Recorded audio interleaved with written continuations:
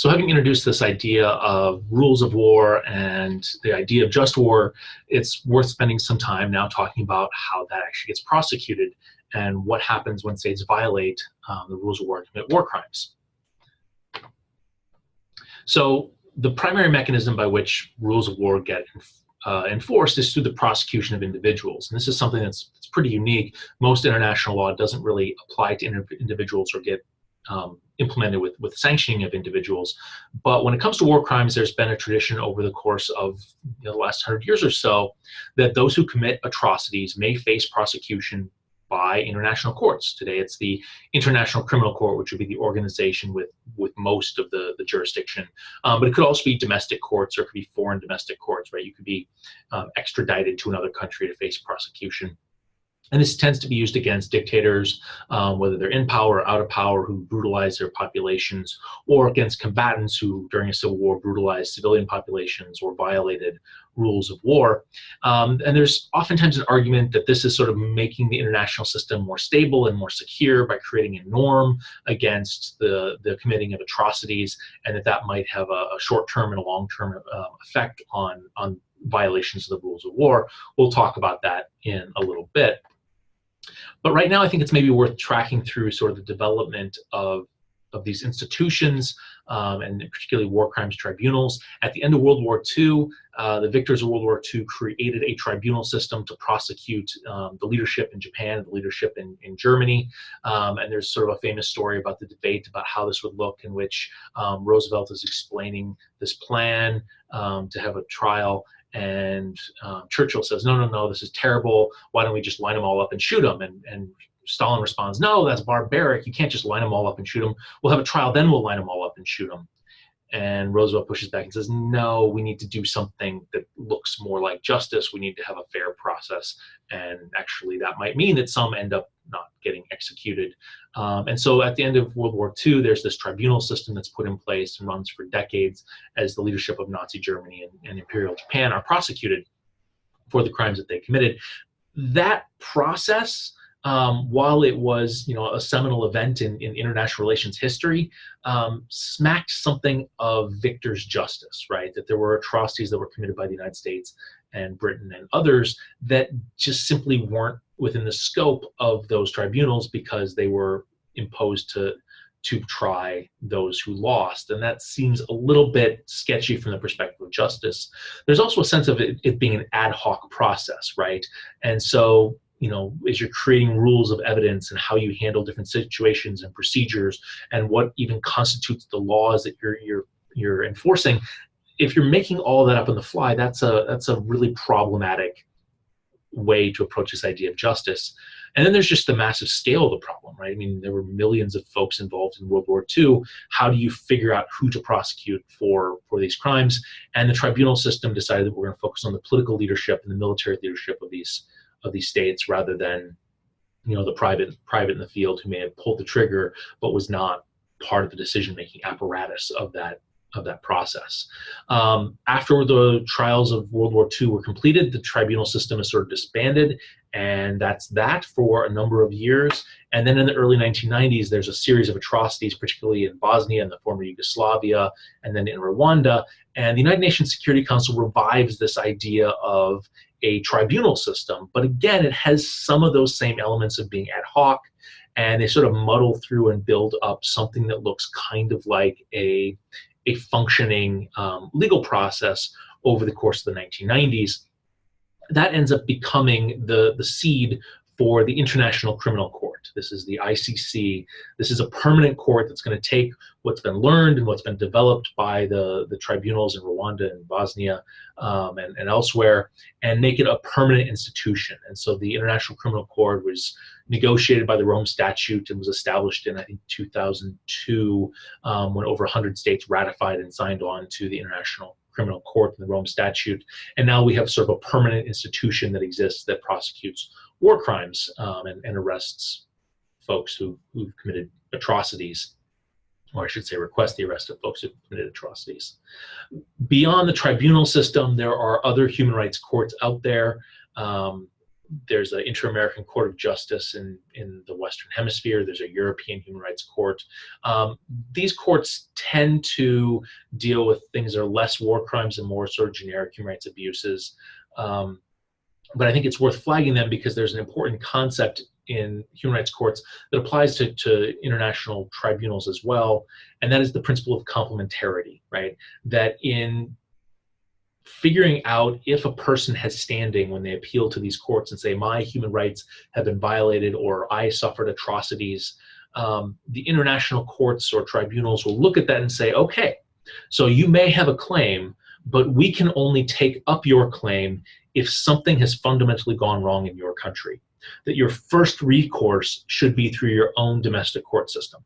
And if you can show that that domestic court system is incredibly biased, if it's a political creature that will not give you a fair process of justice, if you can show us that, sure, then we will hear your case. Or maybe your country has suffered tremendous war and the legal system is in tatters and just doesn't exist, and therefore there's not even an avenue for you to go through.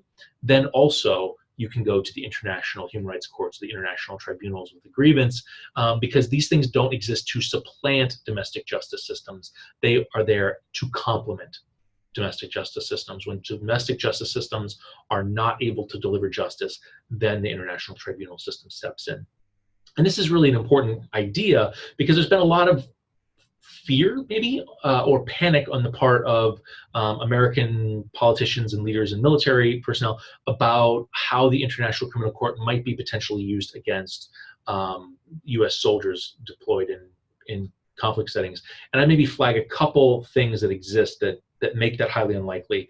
The first of which is that a state only is under the jurisdiction of the International Criminal Court if it has signed on to the International Criminal Court's founding document, the Rome Statute. The United States signed on under the Clinton administration but didn't ratify it. Bill Clinton said that while he supported the idea in theory, he didn't think it would get through the Senate, and so he wanted to lend moral support to it. When President George W. Bush came in, he unsigned the document saying, I don't want to lend moral support to the idea of the International Criminal Court. So the only way that the United States could ever fall under the jurisdiction of the International Criminal Court would be for the United Nations Security Council to vote to authorize that. And again, the United States has a veto at the UN Security Council, so that's practically impossible to happen.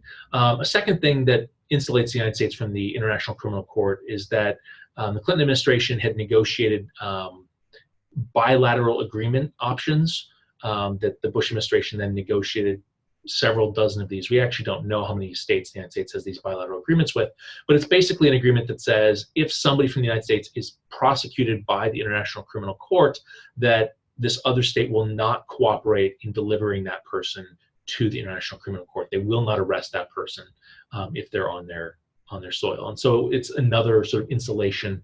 But I think both of those are really unnecessary because the primary mechanism that prevents the International Criminal Court from pursuing a case against folks in the United States would be the U.S. domestic legal system, and particularly the military justice system, where if you commit atrocities within the United States as part of a military action, there will be a trial, there will be an investigation, there will be a justice system that responds to that, and responds to that in a fair and just way by and large. And so the idea that the International Criminal Court could step in those situations, I think, would be really sketchy on any sort of legal grounds and would be beyond their jurisdiction.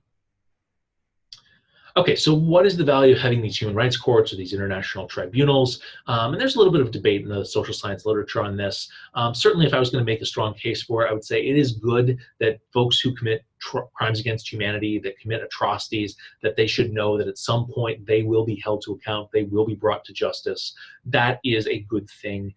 It might have a deterrent effect on future atrocities. In fact, there is some evidence that prosecution of dictators in one country has an effect on the behavior of neighboring states and making their leaders more respectful of the human rights of their populations in the subsequent years. So that might be good as well, that it just makes would-be abusers of people pause and say, maybe I shouldn't commit atrocities because it could be bad for me long term. And there's an argument that this also might have an effect of creating healing or a sense of justice that might help stabilize countries in the post-conflict environment. The social science research is actually really mixed on this. There's a counter argument that says, well, it might lead to healing, but what it's also likely to do is lead to further polarization. And human beings have this dynamic where when I hear about atrocities committed by people from other groups, I attribute those atrocities to the entire group and say, oh, well, I've been the victim, or my group has been the victim of that other group. But when I hear about atrocities committed by people within my own group, I distance myself from that. Right? I say, oh, no, those are just bad apples or bad eggs or people who don't represent the group. We can dismiss that as an anomaly, whereas comparable atrocities committed by somebody else are viewed as representative of the entire group. And so there's a weird quirk in human psychology that makes it so that when we go through the process of learning about what has been done in the atrocities, people might process that in a way that actually further entrenches animosity. There's also concern that if you pursue justice while you're simultaneously pursuing peace, that you might actually inhibit people from sitting down and talking. And certainly we saw this in Uganda in, I think, 2006, where there were negotiations between the Ugandan government and Kony, who leads the Lord's Resistance Army, an incredibly brutal group that the International Criminal Court had targeted with a number of arrest warrants. And Kony looks at that and said, well, if you can't guarantee me, that I won't be prosecuted by the International Criminal Court, I'm not going to continue with this peace process.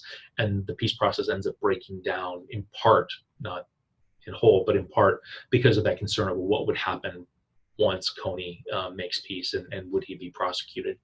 So there's that argument that it might inhibit, resolving conflicts.